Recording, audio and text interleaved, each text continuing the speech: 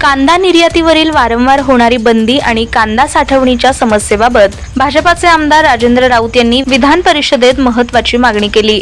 कांदा निर्यात बंद चालू करण्याच्या धोरणामुळे परदेशी खरेदीवर पर्यायी देशांकडून कांदा खरेदी करू लागतात, त्यामुळे महाराष्ट्रातील कांदा उत्पादक शेतकऱ्यांना मोठा आर्थिक फटका बसतो आहे, असं त्यांनी सभागृहात सांगितलं। यासोबतच पारंपरिक चाळीत साठवलेला कांदा उष्णतेमुळे मोठ्या प्रमाणात खराब होत असल्यानं राज्यात कांदा पावडर प्रक्रिया प्रकल्प उभारण्याची गरज असल्याचंही राऊत यांनी नमूद केलं। आमदार राजेंद्र राऊत यांच्या या मागण्यांवर मंत्री जयकुमार रावल यांनी सकारात्मक प्रतिसाद देत शासन स्तरावर आवश्यक उपाययोजना करण्याबाबत आश्वासन दिलं। हा कांद्याचा जो विषय आहे, जरा वेळ लागला तरी लागू दे सभापती महोदय। दर दोन वर्षातून हा गोंधळ होतो साहेब।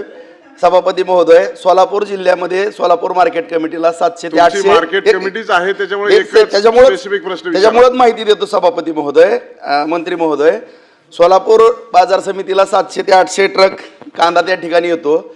माझी खाजगी बाजार समिती आहे, सीझनला 250 ते 300 ट्रक त्या ठिकाणी कांदा येतो आणि धाराशिव जिल्हा, बीड जिल्हा, मराठवाडा, टोटल सोलापूर आणि बार्शी या ठिकाणी कांदा येतो। ह्याच्यामध्ये सभापती महोदय वेळोवेळी पाशा बहीणला सातत्याने मी माहिती देण्याचं काम केलं, आपल्याही निदर्शनास आणलं। आपल्या काही उपसचिव सचिवांबरोबर मी मंत्री महोदय चर्चाही केली आहे।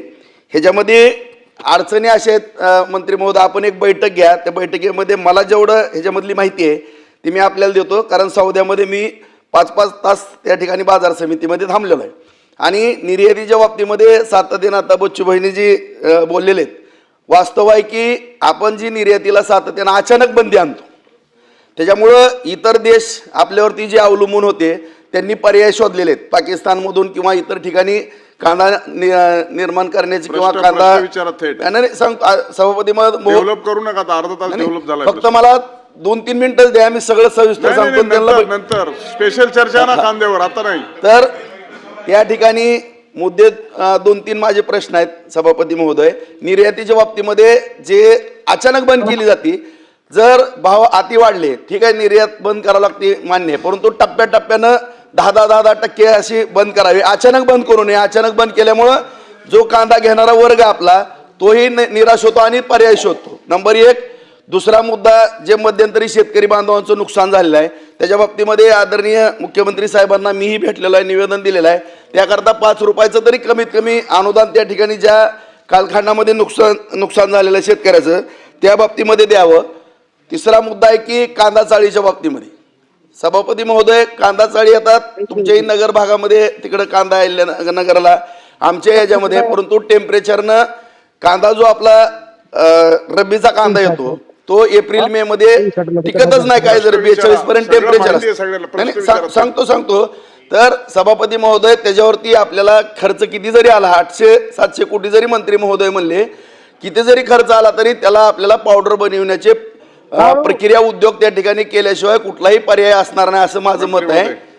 तर त्याकरता आपण केंद्र सरकारची मदत घेऊन प्रक्रिया उद्योग त्या ठिकाणी करावं आणि कांदा चाळीच्या बाबतीमध्ये जे आपण छोटंसं अनुदान आहे त्याच्यामध्ये अनुदानामध्ये वाढ करावी, अशी माझी सभापती महोदय। आपले युवा सदस्य राजाभाऊंनी अत्यंत महत्त्वाचे प्रश्न मांडले। राजाभाऊ, पुढच्या काळामध्ये या सगळ्या कांद्याच्या विषय संदर्भात बैठक लावण्यात येईल आणि आपल्याला बोलून आपल्याकडचे जो अनुभव आहे, आपल्याकडची माहिती आहे, ती माहिती घेण्यात येईल। आपल्याकडे बरंच म्हणजे स्वतः तुम्ही प्रॅक्टिकली पाहिल्यामुळे त्याची माहिती आपल्याकडनं घेण्यात येईल।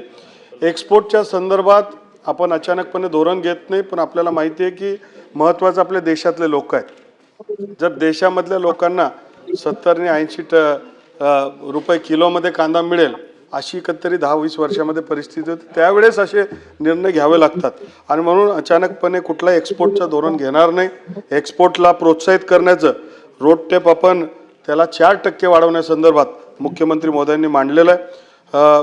जी.व्ही. रामजी या योजनेच्या माध्यमातून कांदा चाळ हे आपण अनुदान देत असतो आणि त्याच्यामध्ये वाढ करण्यासंदर्भात सुद्धा सन्माननीय मंत्री महोदयांशी आपण चर्चा करू। प्रक्रिया संदर्भात मी बोललोय, पुढच्या काळामध्ये लाखो टन ही प्रक्रियावर आपण काम करणार।